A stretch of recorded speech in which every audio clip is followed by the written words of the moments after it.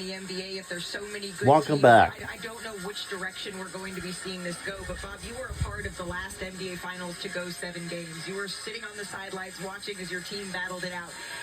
Does it feel, you won a lot of championships. And lost. Does it But feel keep a going, little Bob. My different? bad to put that in. Everybody knows we lost Game 7 to the Cavs. The whole world knows. The feeling of a Game 7, if coming out victorious, we saw the emotion of a TJ McConnell on the other side of it.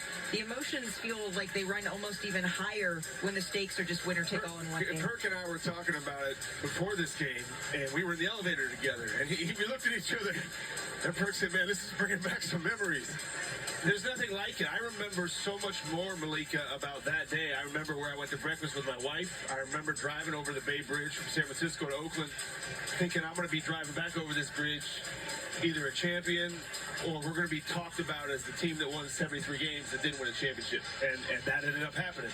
And you just got to take it. But the other side is what Oklahoma City got. And Oakley, I got to see that, not in the Game 7. But these are the best. I'm so glad I got to be here at this game. Right? I love basketball. I don't have to work to love basketball. I'll always love basketball. We got to see the finals. We got to see a Game 7. I got to be in the building. You guys got to be in the building. I don't take that for granted. I love watching high-level competition. I love watching people like Shea. I love watching a team. It wasn't just him. The defense of Dort, the defense of Caruso, the coaching of Mark Dagnall, the team that Sam Presti put together, the fans. I'll never forget being here for this Game 7. So I always treasure it. I don't take anything for granted.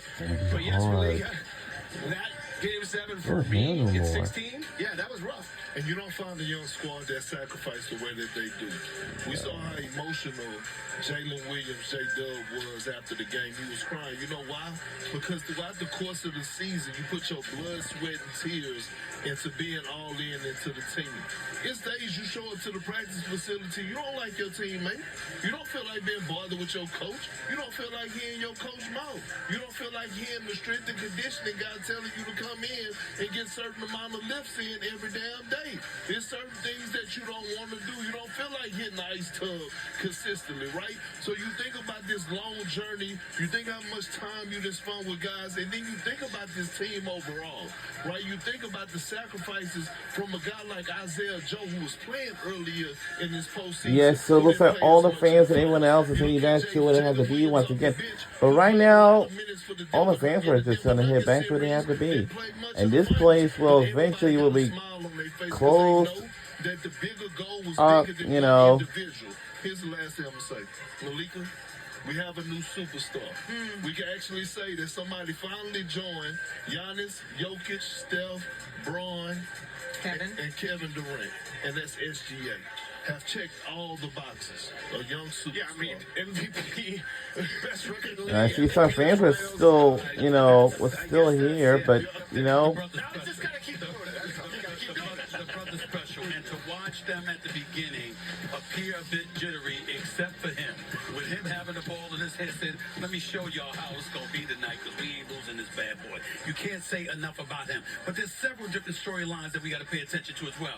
Alex Caruso helped them in this series. He was a champion with the Lakers, and he reminded them why that was. Okay, I remember Wiggins coming off the bench. You didn't expect much from him, but look what he did. A second-round pick, look at what he did in Game 2. So you see stuff like that. You were expecting Jalen Williams, all right, when you going to help SGA out? And then Game 5 arrived. And he said, hello, I'm right here. I dropped 40. I got you. I'll be the number one option tonight. I know you're going to get yours, but I'm going to get mine. In 3 straight games, the brother dropped over 30, averaging 31 on 56% shooting. You just can't say enough. A bevy of storylines, a whole bunch of people that stepped up and answered it. Last thing, because we're running out of time. I enjoyed you guys. You Malika, and you and Stephen A. I mean, it's not easy. As we wrap up our time here, I do want to thank our entire production team whose talent and tireless work on this show made everyone possible. Thank you to Kendrick Perkins, Bob Myers, Stephen A. Smith, and with gratitude and admiration, we welcome Inside the NBA in next season. Yes, we do. It has been an honor to be on this stage. Congratulations to the Oklahoma City Thunder. More from Mike Breen, Doris Burke, and Richard Jefferson on the other side of this break.